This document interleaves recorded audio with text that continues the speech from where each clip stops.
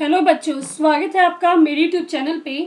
आज हम directorate of education की क्लास 8 की वर्कशीट नंबर 7 डिस्कस करेंगे, जिसका सब्जेक्ट है social science, social and political life और इसकी डेट है 16 अक्टूबर 2020। यहाँ पर आप अपना नाम लिखिएगा, यहाँ पर आप अपने क्लास टीचर का नाम लिखिएगा। तो वर्कशीट में आज हम पढ़ेंगे व्हाट इज़ कॉन्स्टिट्यूशन। ठीक है, तो वर्कशीट को स्टार्ट करने से पहले जल्दी से आप मेरे YouTube channel Rishabh computer classes को सब्सक्राइब कर दीजिए, ताकि जो भी मैं नई वीडियो डालूँ उसका नोटिफिकेशन आपको तभी मिल जाए। तो वर्कशीट को स्टार्ट करते हैं बच्चों। आज की हम द कॉन्स्टिट्यूशन ऑफ इंडिया प्रीमिएबल। ठीक है, तो इसके आज हम प्रीमिएबल के बारे में पढ़ेंगे। प्रीमिएबल क्या होता है? उद्देशिका, जिसका संक्षिप्त में वर्णन करता है। तो वो आज हम देखते हैं क्या है हमारा constitution. We the people of India having solemnly resolve to constitute India into a sovereign, socialist, secular, democratic republic and to secure to all citizen. तो ये बता रहा है कि हम जो भारत के नागरिक हैं, हम क्या शपथ लेते हैं कि हम सब सोवर्जन रहेंगे, समाजवादी रहेंगे, सभी लोगों को, सभी धर्म को एक जैसा मानेंगे, डेमोक्रेटिक रहेंगे और रिपब्लिक की तरह अपने देश के सभी नागरिकों का पक्ष रखेंगे, सभी नागरिकों को समझेंगे। फिर इसमें justice, social, economic and political, और सोशल रूप से, राजनीतिक रूप से और अर्थशास्त्र के रूप से हम लोगों का निर्णय लेंगे, उनका न्याय करेंगे।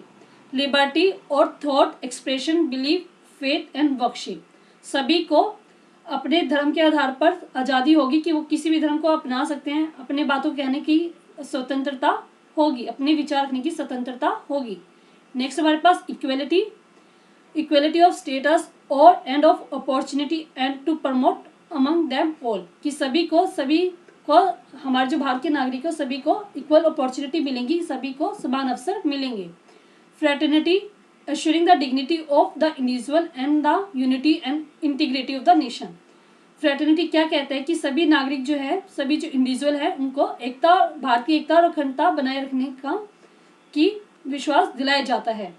इन our constitution, constitute assembly this 26 day of November 1949 do hereby adopt, enact and give to ourselves this constitution।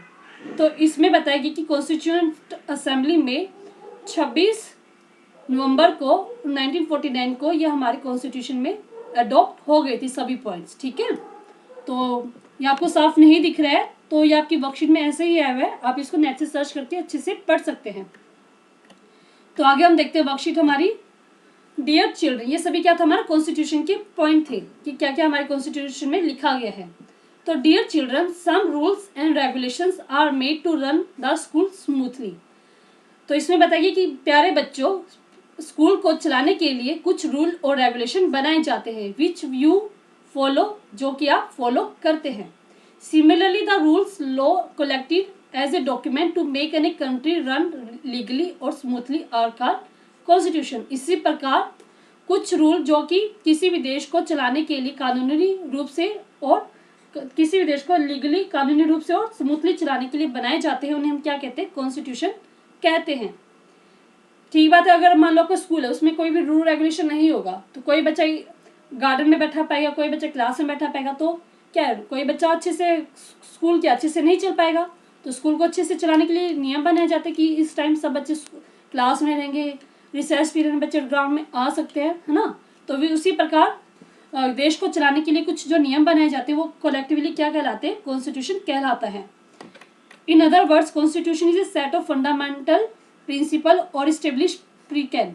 जो है कॉन्स्टिट्यूशन के फंडामेंटल प्रिंसिपल का लिखा हुआ रूप है, और इस्टेब्लिश प्रीसेंट जो लिखे हुए नियम है वो सब इसमें लिखे जाते हैं।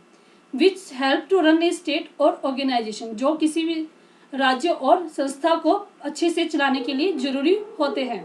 It is the fundamental law of an a country that determines the outline and main function of the various organ of the government.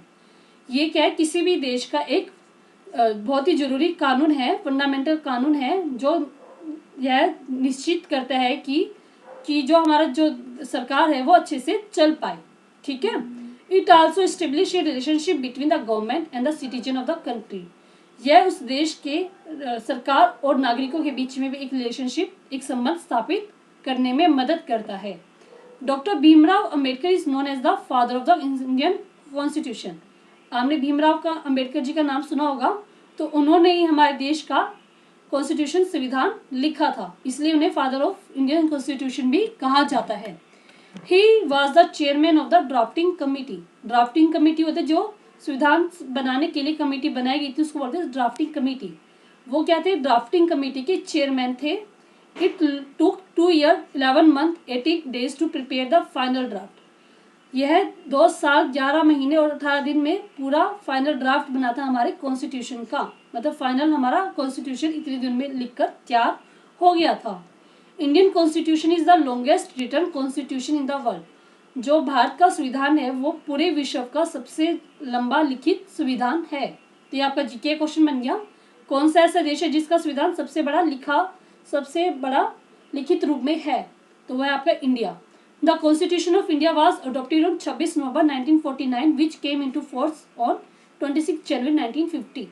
तो ये बताएगी कि इंडिया का जो कॉन्स्टिट्यूशन है उसको 26 नवंबर 1949 को अडॉप्ट कर लिया गया था, लेकिन इसको लागू कब किया गया? 26 जनवरी 1950 को लागू किया गया था। इसी वजह से हमारे देश में ये रिपब्लिक डे के रूप में भी बनाया जाता है, ठीक है, क्योंकि इस दिन हमारा जो है संविधान लागू किया गया था। संविधान किसने लागू किया था? डॉक्टर भीमराव अंबेडकर जी ने।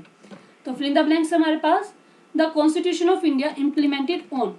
जो भारत का संविधान है वो कब इम्प्लीमेंट हुआ था? कब हुआ था? 26 जनवरी 1950, ठीक है। तो आप लिख 1950। Next question, Indian constitution was adopted on.